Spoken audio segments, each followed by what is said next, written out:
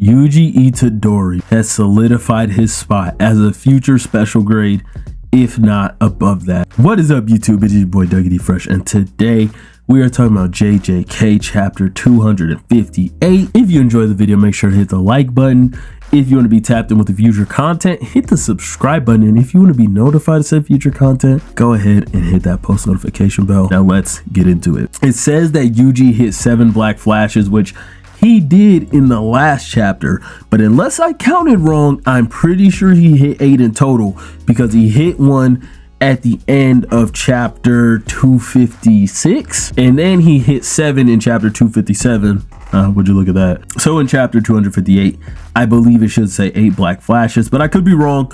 If I'm wrong, let me know, but I don't think I am. Now, Yuji stopped Sukuna from recovering his reverse curse technique, which we needed that, because if Sukuna got that reverse curse technique and healed himself back in any type of way, it would have been bad, especially for what came next, which is Sukuna opening his domain, and we got to see what his domain looks like when he erects the fucking barrier. That shit looked sick. I thought it was the merger. I was like, wait a second, is that the merger?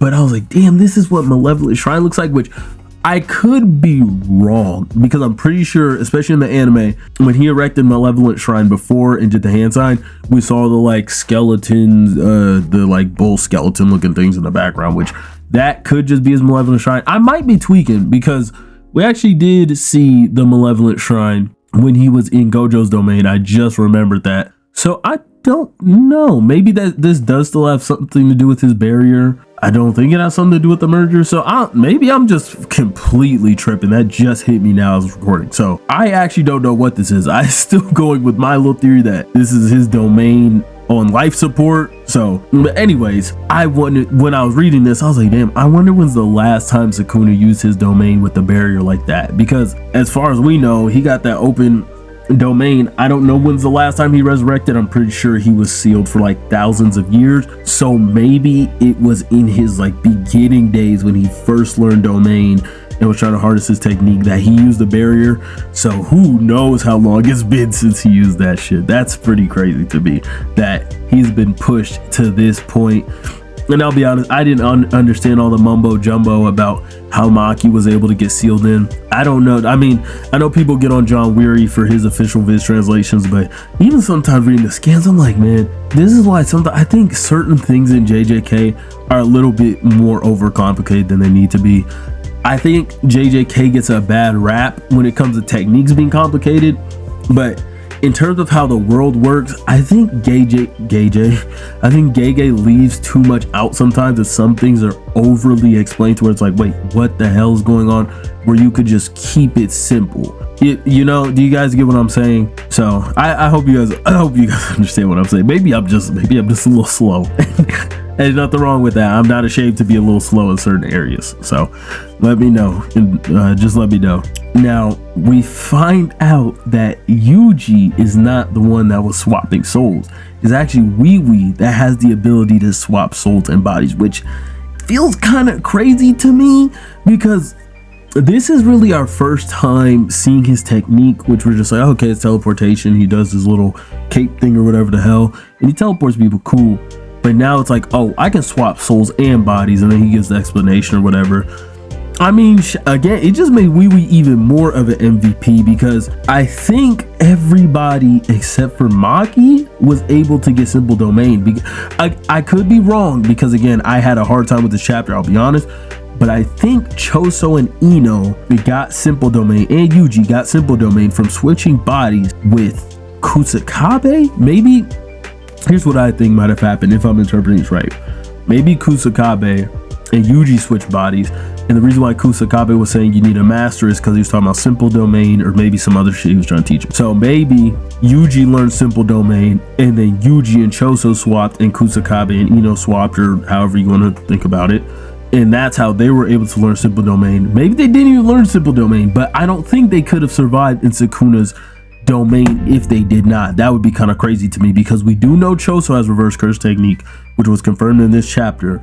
but Ino does not have reverse curse technique. So, and I believe Miwa was in front of Maki using her simple domain to protect her. So I don't know how Ino would have survived outside of that. So again, this could just be the most confusing JJK video I've uploaded, because people like, what the hell is this guy talking about? He don't know how to read. But speaking of simple domain, what did I say last chapter? What was the 2 things I said that Yuji needed to really be up there with the special grades? Even though I think he can, at this point, I think he can beat the disaster curse. But what did I say? I said he needs an anti-domain technique and he needs a domain of his own. I think I said he either needs one or the other. That motherfucker got both. He got simple domain. Well, he doesn't have a domain yet, but while I was reading, it hit me. I was like, wait a second. Yuji has Malevolent Shrine. He could erect a domain. So I think Yuji has clearly been cemented as a special grade, if not higher threat, at least to curses, because he's on the Jujutsu Sorcerer side. So again, Yuji might just be the strongest, even though his cleave and dismantle seems to be different from Sukuna's. We don't know how exactly, like what ways he'll use it. We don't know how far that'll go, especially if it comes down to a domain at some point in the future. We might not even see that with the way JJK be doing world building and leaving stuff out. Speaking of leaving stuff out, what did Mei Mei mean when she said, I took care of it, don't worry? Because the issue is brought up that way. Can't only people that are in the new shadow school or know the new shadow style learn simple domain? And she just like, oh, don't worry about it, I got it. Like, what do you mean you got it? Can you please give us some type of explanation? So I don't know if we ever will get an explanation for that. Maybe we'll get it in manga extras, which I'm not really tapped in with the deep cut information of Jujutsu. The only series I really do that with is One Piece, so maybe I just need to tap in with the volume extras. But let's get to the end of this chapter. I think more characters need to use binding vows. I watched the Honored Ones podcast by Broken Ronin and Creams.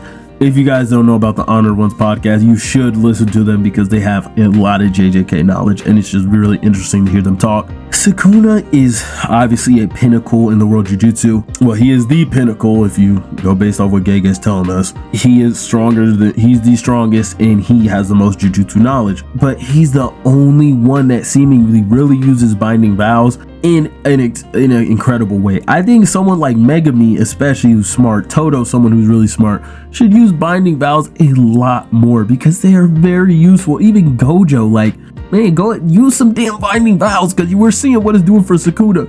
It's like, binding vows, I've seen what you've done for Sukuna, can you please do that for others type of thing. Like, I get it, he's a main villain, but sometimes it just feels a little too convenient. But I'm like, I mean, Sukuna is supposed to be the peak of Jujutsu world, so how mad can I get at it? But it just still bothers me a little bit. Does that bother you guys? Am I tripping? I mean, I don't think I'm tripping, but whatever. We finally see Sukuna bring the heat. I don't know how long I've been talking about this damn fire arrow and when it might show up or if it will show up. And hopefully he will use this and maybe we'll get some more insight to his technique. And maybe it's not even that hard to understand. Maybe it's just as simple as his malevolent shrine is his malevolent kitchen, like they translated anime, and he has the furnace to heat up food, which is the flame, and he has cleave and dismantle to cut up the food, and it's just as simple as that, which it probably is. So maybe we don't need any more explanation, but the fire arrow has been getting hyped up for a while. So how will our heroes deal with this? Because Yuji got his damn leg cut off, and that man was getting effed up. Like, I know he has reverse curse technique, but I don't know what his curse energy reserves are looking like without Sukuna being there. So that is the end of the video. If you enjoyed, make sure to hit the like button.